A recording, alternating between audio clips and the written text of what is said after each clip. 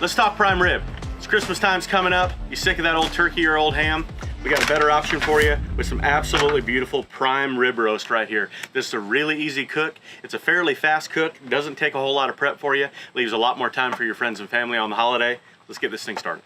I got with me a rib roast. Now you can get a standing rib roast which has the bones on it, or you can get one with the bones already cut off.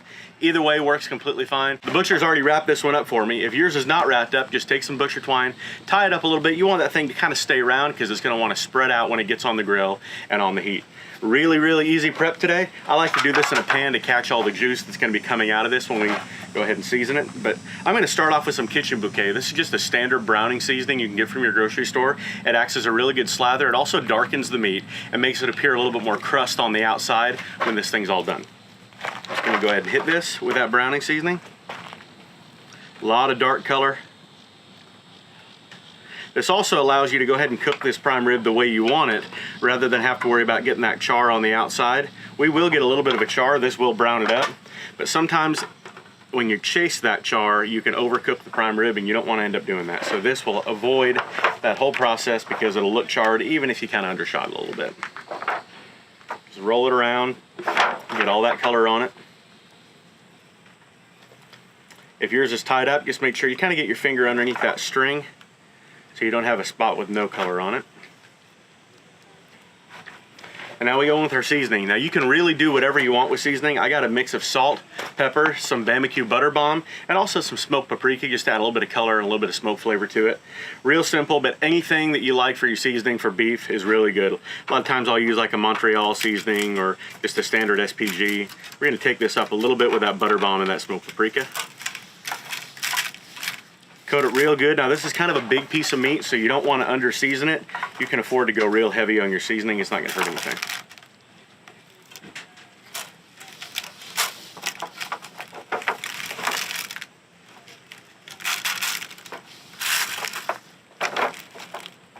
Get all the sides.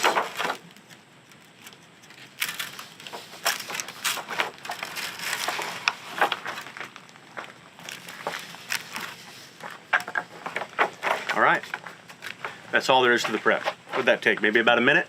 Real simple. We're gonna go ahead and put this on the Hasty Bake. I have it set to the smoke position because we are gonna be smoking this prime rib today. We'll get that temp kind of at the very end a little hot so we can sear off the end, but right now we're just going to the smoke position, about 275 to 300. This is about a 3-pound roast. I bet this is gonna take about an hour and a half, maybe 2 hours to cook. Just keep checking it. We're gonna pull this thing when it hits about 120 degrees, and we're gonna let it rest so we can kind of do a reverse sear. So you don't wanna overshoot it. It's a lot better to undershoot it and be able to kind of sear it off at the end rather than take this thing up too far, you overcook your meat. Onto the Hasty Bake, 275 in the smoke position.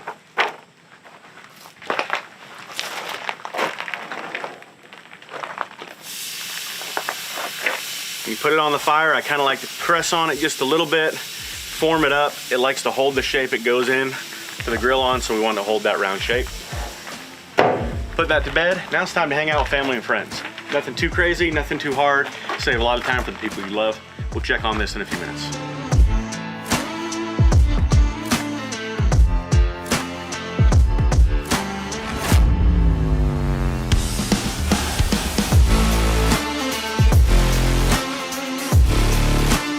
We've got this prime rib pulled off. I pulled it about 115 degrees internal temperature because I'm reverse searing it. So this right now is on the low end of rare, almost blue rare, which is great. That sear is gonna bump it up to that 128, 130. And then we're gonna rest it just a few more minutes. But that rest in between is important because when you pull it early and you do that rest on the beginning, you actually can eat it quicker because you don't have to wait for 30 or 45 minutes for this thing to rest. It's already got most of that done. We're going right to the heat right now, so let's follow me to the Hasty Bake. I got a nice bed of coals. I pulled off that heat shield from smoking it. Now I got these things about 400 degrees, which is right where I want them. They're in the high bake position on the Hasty Bake. We're just gonna sear this off, get our last little bit of color on it. I go about 30 seconds aside. We'll flip, we'll see how we like the color. We may do it 2 or 3 times, but we're just looking for color at this point. You don't want it to look burned. You just want that nice Maillard reaction.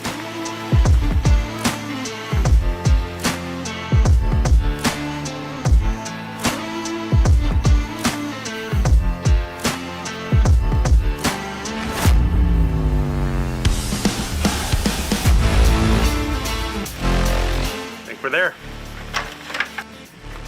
136, that's right where I want it. That's a good solid medium rare. The outside edges is gonna be a little bit closer to well done for those people that like that. The inside is gonna be a perfect medium rare. I can't wait to dig into this, but that's a lot of meat to eat alone. Gonna bring a friend in. Lisa, you wanna come join me? Yes, I've been standing over here drooling looking at this. It looks amazing. This is so good. Oh, that looks so we got a juicy. 3-pound prime rib. We've coated this thing down with a nice salt, pepper, garlic blend, some herb on the outside. Yeah. We went ahead and did a reverse sear on it. So we smoked it for about an hour and a half, rested it. Now we seared it off to get that beautiful bark on the outside. It's A little bit of that crunch, beautiful. right? Yeah, yeah. Now you always got to remember, if you got strings on here, you got to get those strings cut so you're not serving those to your guests, right? Right, because they might DQ you, just like a judge Absolutely. would. Right? Your guests are like, I don't want that bite of it. We'll go ahead and pull those strings out. So this outside piece is going to be a little bit closer to well done. So we get on the inside, we'll get a little bit closer to medium rare. There's your well done. It's probably good medium. And as you cut in, we're getting that pink center that we like. Yeah. Right there. Very juicy. Absolutely juicy. It's going to have a nice salt peppery crust on it.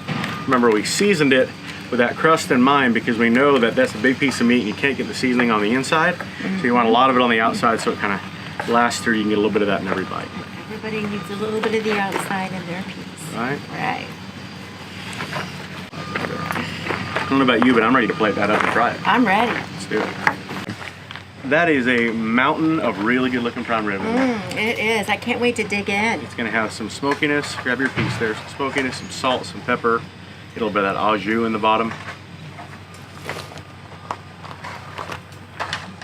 Yep.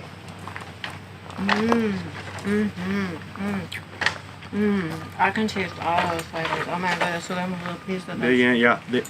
A little This bit is of why I that can't buy garlic. prime rib from a restaurant anymore. You can make it way better at home, honestly. yeah. You guys saw how easy that is too. A lot of people come to me when I'm doing classes and they're a little intimidated by prime rib because it's expensive.